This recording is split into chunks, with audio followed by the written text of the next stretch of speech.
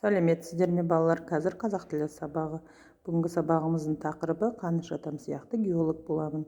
Біріккен сөздер. Оқу мақсаты күрделі сөздердің түрлерін ажырата білу. Қымбатты оқушы, осы сабақта біріккен сөздің жасалуын үйренесің. Тірек сөздердің көмегімен монолог жасауды үйренесің. Сөз құра, тез құра тапсырмасын орындайық. Осы тапсырманың жауаптарын тексеріп көріңіздер. Келесі тапсырмамыз сен білесің бе? Осы сұрақтар жөнінде ойланып көрейік. Күрделі сөз дегеніміз не? Оның түрлері қандай? Біріккен сөз дегеніміз не? Біріккен сөзге мысал келтір. Біріккен сөзден жасалған кісі аттарын. Біріккен сөзден жасалған жер су аттары. Біріккен сөзден жасалған аң құс аттары. Енді оқулығымыздың 114 бетін ашып, 30 жаттығумен танысайық. Мәтінді тыңдап алыңыздар. Қазақстан пайдалы қазбаларға бай. Ол жер асты байлығының қоймасы деп бекер айтылмаған. Бізде жер жүзінде кездесетін пайдалы қазбалардың барлық түрі бар.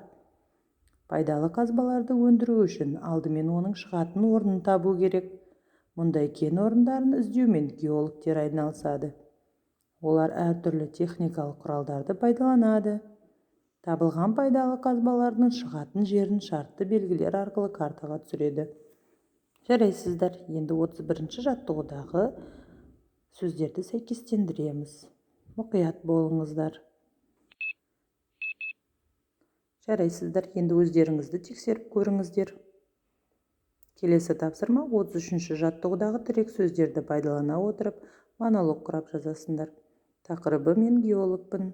Тірек сөздер: мен, геолог, жерасты қазбалары, іздеп табу, оның қорын анықтау, кен байлықтары, халықтың игілігіне жарату, армандау, ерейментау, ақсу, жезқазған, кентау, мақтан ету.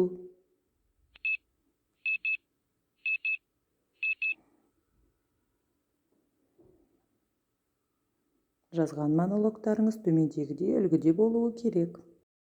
Мен геологпын. Менің басты мақсатым жерасты қазбаларын іздеп тауып, оның қорын анықтау.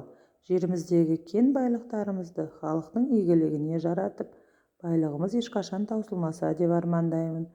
Мен осындай кен байлықтарына бай жерлеріміз Ерейментау, Ақсу, Жезқазған, Кентау қалаларын мақтан етемін. Рахмет балалар, енді өздеріңізді бағалап көріңіздер.